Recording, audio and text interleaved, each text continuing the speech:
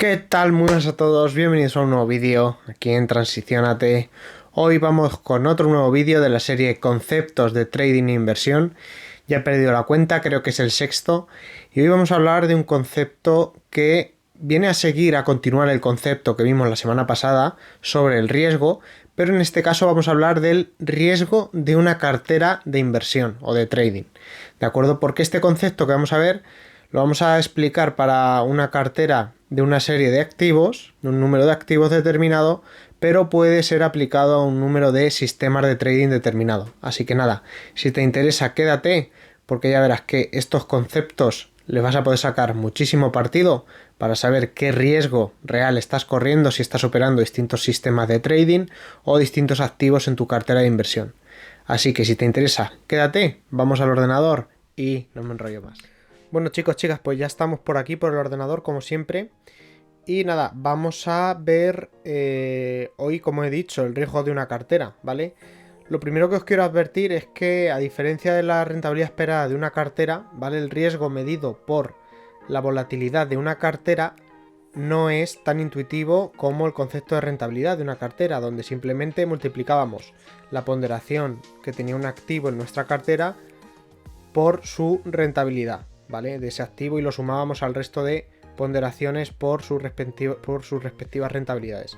Aquí no es así, ¿vale? Vamos a medir el riesgo de la cartera igual con el concepto de volatilidad, que por si no lo sabéis, el concepto de volatilidad al final viene siendo una medida estadística de la desviación de los resultados, ¿vale? Que es en el mundo del trading, de la inversión, cómo se mide el concepto de riesgo, ¿vale? Con la volatilidad, que en términos estadísticos es la desviación estándar. Y lo que nosotros utilizamos ese concepto para medir el riesgo a través del Value at Risk o VAR, ¿vale? Que no viene siendo lo mismo que la desviación típica, pero multiplicado por 1,65 para obtener un 95% de confianza, ¿vale? Nosotros medimos el riesgo de un activo a través del Value at Risk, y ahora vamos a medir el riesgo de una cartera a través del Value at Risk, obteniendo antes la desviación estándar, ¿de acuerdo?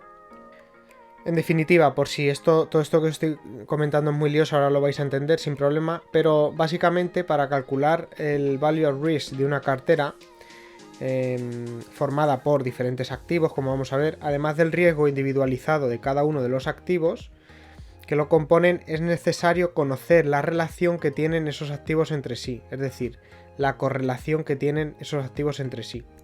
Y sin más preámbulos, vamos a verlo todo esto con números y ejemplos para que os quede mucho más claro.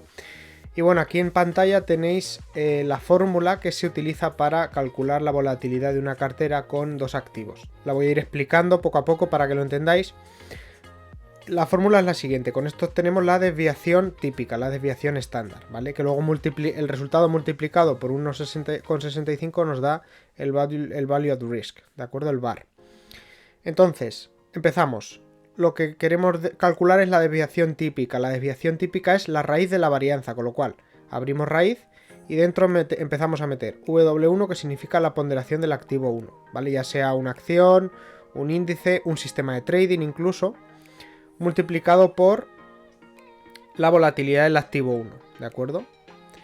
Que, por si no sabéis cómo digo, os dejo aquí en las tarjetas la referencia al vídeo de cómo calcular el riesgo, que es justo el vídeo anterior a este vídeo de la serie, ¿de acuerdo? Ahí podéis saber cómo calcular el riesgo de un solo activo. Entonces, ponderación del activo 1 por el riesgo del activo 1, o lo que es lo mismo, su volatilidad, sumado a la ponderación del activo 2 por la volatilidad del activo 2, y a esto le sumamos la siguiente operación: 2 multiplicado por la ponderación del activo 1 por la ponderación del activo 2 y multiplicado por la correlación entre los activos 1 y 2, ¿de acuerdo? Para calcular el riesgo de la cartera hay que tener en cuenta la covarianza o la correlación, que es lo mismo, entre dichos activos.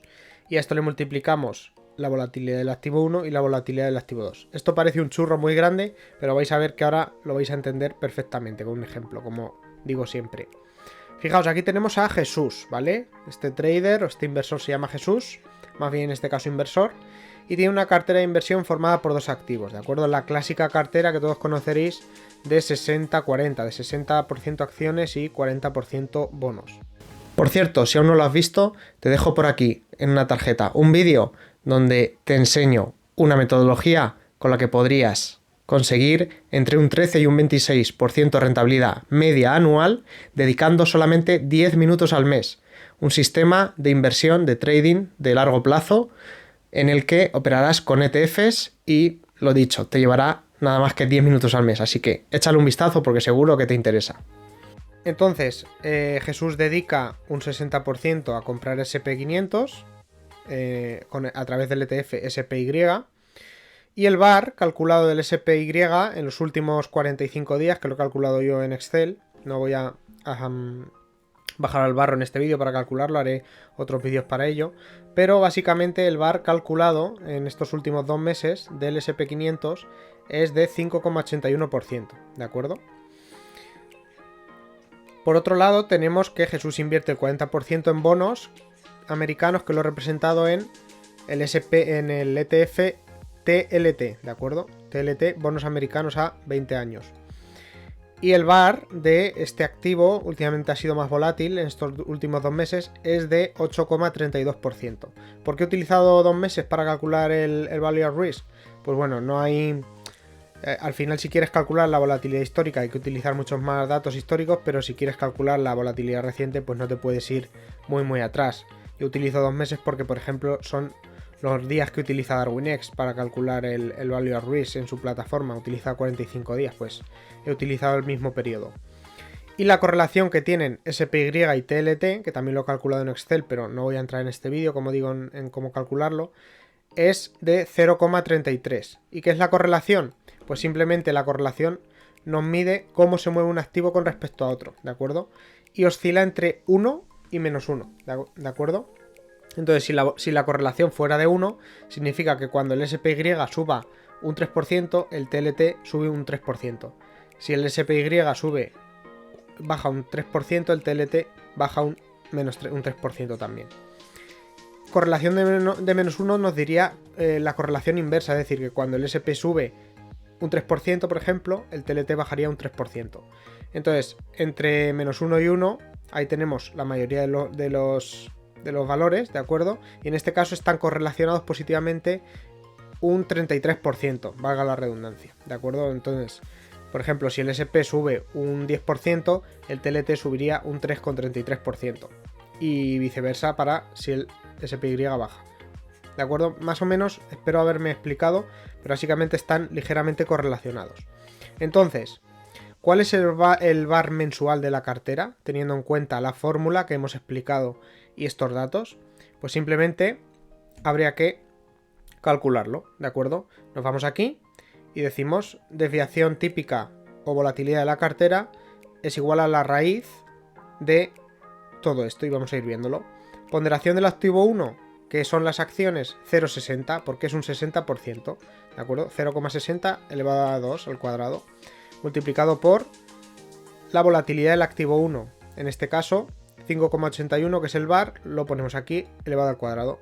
Cerramos paréntesis y le sumamos la ponderación del activo 2 en bonos, 0,40, que es un 40%, multiplicado al cuadrado por 8,32% de volatilidad del activo 2, que son los bonos. Cerramos paréntesis y a esto le sumamos esta magnitud de aquí, que es 2 por la ponderación del activo 1, que hemos dicho es 0,60, la del activo 2, que es 0,40, la correlación entre los dos activos, que es 0,33, la volatilidad del activo 1, que es del SP 5,81, y la del activo 2, que son los bonos, 8,32. Todo esto resuelto nos da una magnitud, o sea, un VAR de la cartera de 5,55%. Fijaos que al diversificar en diferentes activos obtenemos un riesgo menor, porque fijaos, el Value at Risk del SP, si invertimos solo en SP, tenemos 5,81 de VAR. Si invertimos solo en bonos, un 8,32, pero si invertimos en los dos, con esta división de ponderaciones, obtenemos un 5,55%, con lo cual hemos conseguido disminuir el riesgo al invertir en los activos. Y luego veremos esto el concepto de diversificación en uno de estos vídeos de esta serie para ahondar un poquito más en esto y cómo gracias a la diversificación se consigue mejorar la rentabilidad ajustada a riesgo. En este vídeo simplemente vamos a ver que diversificando, que invirtiendo en varios activos y no en uno solo, conseguimos reducir el riesgo general de nuestra cartera. ¿Más o menos se entiende? Espero que sí. Vamos a ver dos supuestos. Primero de ellos es qué ocurriría en los siguientes supuestos, ¿no? Vamos a ver tres, no son dos. El primero es qué ocurre si el SP y el TLT, los bonos y las acciones americanas están correlacionados al 100%, es decir, tienen una correlación de 1. ¿Qué ocurre si no tienen nada de correlación? ¿Y qué ocurre si están correlacionados de manera negativa? A un 100%, pero de manera negativa. Pues aquí, aplicando la fórmula, vemos que si están correlacionados de manera perfecta, el riesgo no baja, sino que sube. Fijaos que invirtiendo una parte en cada uno y con una correlación del 0,33, el riesgo disminuía al 5,55%. Y aquí ha aumentado al 6,81%, ¿vale? El riesgo ha aumentado al estar los activos correlacionados. Supuesto 2, si hay correlación nula, el riesgo baja mucho, baja al 4,82% frente a un 5,55%. ¿Por qué? Porque no tiene nada que ver lo que hace un activo con lo que hace otro, no tienen correlación. Y en el supuesto tercero, si estuvieran de manera correlacionados de manera negativa al 100%, fijaos que el riesgo baja una barbaridad, baja casi prácticamente a cero. ¿Por qué? Porque cuando el SP subiera un 100%, el TLT bajaría un 100%, con lo cual el riesgo sería muy bajo, casi nulo. Y vamos a ver un segundo ejercicio, que es qué ocurriría si uno de los activos tiene riesgo cero, ¿vale? Mismo supuesto, ¿vale? Imaginaos que el SP pondera el 60%. Y en este caso no vamos a invertir en bonos, sino que vamos a invertir en un plazo fijo que en teoría no es riesgo cero, pero vamos a pensar que tiene un riesgo cero, ¿vale? Meter nuestro dinero en un plazo fijo. El VaR del SP, la volatilidad, el riesgo es de un 5,81% y el del plazo fijo es del 0%. La correlación suponemos que es del 0%, ¿vale? Pues aquí tenéis la fórmula, ¿de acuerdo?